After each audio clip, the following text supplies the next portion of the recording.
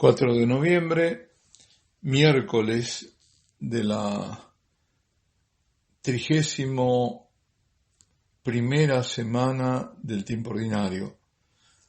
Y hoy también hacemos memoria de San Carlos Borromeo. Lectura del Santo Evangelio según San Lucas. En aquel tiempo mucha gente acompañaba a Jesús. Él se volvió y les dijo: si alguno viene a mí y no pospone a su padre y a su madre, a su mujer y a sus hijos, a sus hermanos y a sus hermanas, e incluso a sí mismo, no puede ser discípulo mío. Quien no carga con su cruz y viene en pos de mí, no puede ser discípulo mío. Así, ¿quién de vosotros, si quiere construir una torre, no se sienta primero a calcular los gastos, a ver si tiene para terminarla? No sea que si echa los cimientos y no puede acabarla, se pongan a burlarse de él los que miran, diciendo: este hombre empezó a construir y no pudo acabar. ¿O qué rey, si va a dar la batalla a otro rey, no se sienta primero a deliberar si con 10.000 hombres podrá salir al paso del que lo ataca con 20.000? Y si no, cuando el otro está todavía lejos, envía legados para pedir condiciones de paz. Así pues, todo aquel de entre vosotros que no renuncia a todos sus bienes no puede ser discípulo mío. En la primera carta que nos fue leída, San Pablo habla la primera lectura, San Pablo habla de temor y temblor. Dice: trabajad para vuestra salvación con temor y temblor. O sea, poned la máxima atención, máximo cuidado en la propia salvación. Pero hay otro temor y temblor, y es el que sobreviene cuando se opone uno a la obra de Dios. El Señor habla de algo mucho más terrible cuando dice a los interlocutores judíos que no aceptan la salvación de Dios en su persona. Le dice: habrá llanto y rechinar de dientes, porque verán a Abraham y a Isaac y a Jacob junto con todos los profetas en el reino de Dios, pero vosotros seréis echados fuera. Amigo, eso sí que es temor y temblor, ¿eh? Es decir, no es ya en realidad el temblor y el temor, sino el terror por no haber atendido a la salvación y por haber despreciado el camino de Dios. Dios, como sigue diciendo San Pablo en esta primera lectura extraída de Filipenses, logra su designio de amor a través de nuestra voluntad. Es decir, Él mueve nuestra voluntad a que hagamos lo que Él quiere. Después nosotros tenemos la libertad de hacerlo o no hacerlo. Es decir, nuestra voluntad cuando es dócil a la suya, ciertamente, y por medio de nuestros actos concretos. Y para ello necesario es abandonarse confiadamente a la acción de Dios en nuestras vidas. Se dice fácil, pero para muchos es muy difícil. No debería ser. Abandonarse confiadamente en Dios. Pero les ponemos peros a Dios. Empezamos a decir: bueno, yo en su lugar haría tal esto. Pero ¿cómo te vas a poner en lugar de Dios? ¿Cómo te vas a poner en lugar de Dios? No le abramos grietas al enemigo. A través del miedo al futuro, a través de las pegas que se van poniendo. No. La confianza en Dios tiene que ser absoluta, en su misericordia a pesar de todas las apariencias, y en su providencia. Y para eso no proyectar al futuro, porque a cada día le basta su pena, dice el Señor.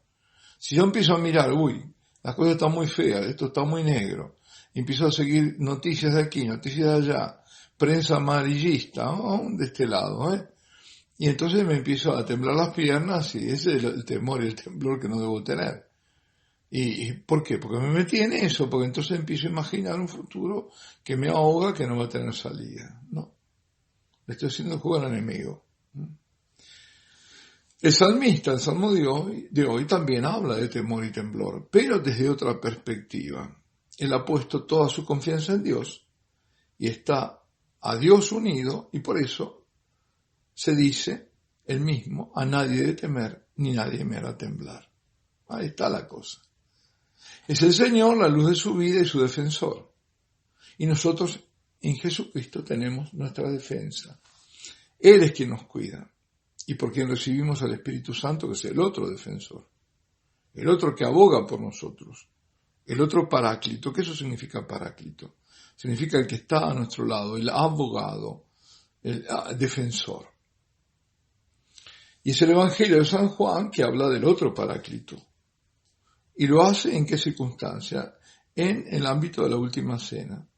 Cuando dice, está en el capítulo 14 de San Juan, si me amáis, guardaréis mis mandamientos. Ahí está, La condición del amor no es declamar, es hacer lo que Él me pide que haga. Y dice, y yo rogaré al Padre y os daré otro paráclito, para que esté con vosotros siempre, el Espíritu de la verdad, al que el mundo no puede recibir, porque no le ve ni le conoce. Vosotros le conocéis, porque permanece a vuestro lado y está en vosotros. Ese espíritu de la verdad, que nos hace detectar enseguida la mentira y combatir la mentira. El Señor en el Evangelio le dice a la muchedumbre que lo sigue, que fue el que proclamamos recién, que seguirlo no es simplemente andar tras sus pasos. Ellos lo seguían por intereses lícitos, como seguramente obtener sanaciones a los males que los aquejaban. Y también lo seguían para nutrirse de sus enseñanzas. Claro, no faltarían tampoco los que querían estar con él en la anhelada liberación de Israel, como la imaginaban. Y seguramente, sin ser conscientes, pero aquella gente estaba ávida de verdad, de conocimiento de Dios, además de sanar dolencias de toda clase. Dice, si alguno viene en pos de mí, también dice, si alguno viene a mí, está usando un condicional, sí. El seguimiento al que alude el Señor es el de discipulado, es decir, para ser discípulo de Él. Y para eso hay que saber renunciar a las propias humanas prioridades, de tal modo que nada ni nadie se anteponga a Él. Digámonos como termina. Dice, todo aquel entre vosotros que no renuncia a todos sus bienes no puede ser discípulo mío. Es decir, no son solo bienes materiales, todo tipo de bienes. Hay bienes afectivos, de todo. Hay que renunciar por él entonces. Es decir, para ser discípulo. Si no, no puede ser discípulo. Ahí está la cosa. Es exigente. Es exigente. Por eso, solo se lo sigue si se es discípulo y solo se es discípulo acogiendo la cruz, la que cada día nos presenta la vida. Nadie que rechace la cruz es digno de Jesucristo. Tan exigente es, y Jesús no quiere que nadie se engañe, y por eso, para que cada uno recapacite si estará a la altura de lo que se le exige, debe saber a qué se enfrenta y si es capaz de asumirlo. Y por eso pone los ejemplos de la torre y del rey que se va a enfrentar con otro. Si por una parte no hay cabida al voluntarismo, porque no la hay, del tipo que tengo que hacerlo y poder hacerlo porque me lo he propuesto, por la otra hay que saber que se cuenta siempre con la gracia de Dios para perseverar en el camino. Y a lo largo de la bimilenaria historia, muchísimos han sido los discípulos de Jesucristo. Aquella muchedumbre del relato evangélico se ha agrandado hasta formar ejércitos de verdaderos seguidores del Maestro, de grandes santos, muy grandes, como del que hoy hacemos memoria, San Carlo Borromeo. Fue un grande, un personaje central del 1500. Una de las figuras más eminentes, cuya obra, especialmente para Milán, superó la fuerza del olvido. Todavía se lo recuerda a San Carlo Borromeo. Y fijémonos qué historia la suya. Carlo nace en Arona, en el Lago Mayor, en el año 1538, de una noble y rica familia. El padre, pues están las famosas Islas Borromeo también, ¿no? El padre Gilberto era conocido por su profunda religiosidad y por su generosidad hacia los pobres.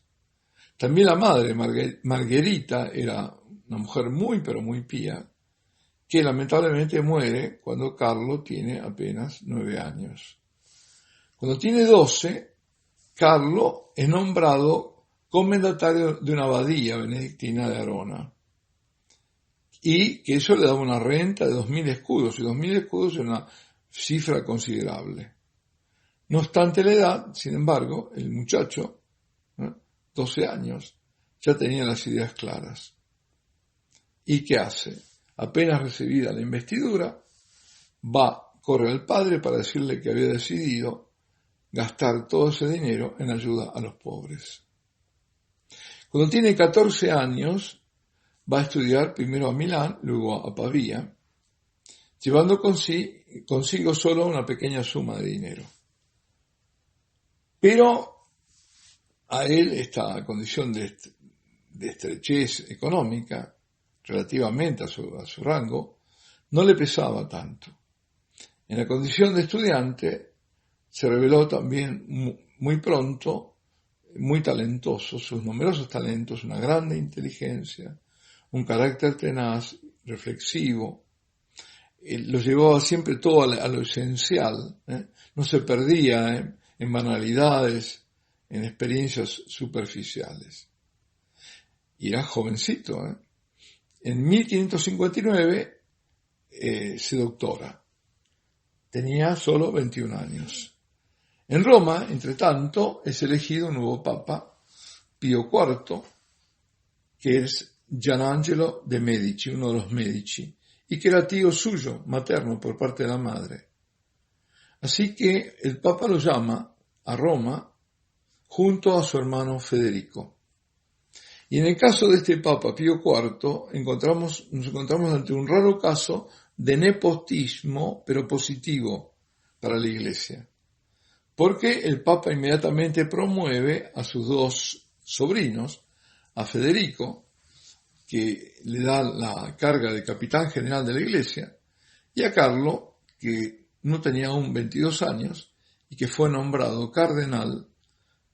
En aquella época no era necesario ser obispo ni sacerdote, era cardenal con un encargo que hoy podríamos llamar el de secretario de Estado. Y poco después le confía también la administración de la diócesis de Milán. No es que sea obispo, pero sí administrador de Milán, pero con la obligación de permanecer en Roma. Y tuvo otros cargos, le dio, así que, de todos modos, él siempre fue un hombre de gran cultura, funda una academia, que es joven todavía, 22 años, la Academia Humanística Literaria, la funda con amigos, se llama Noches Vaticanas. Y también se compra un tremendo, maravilloso palacio,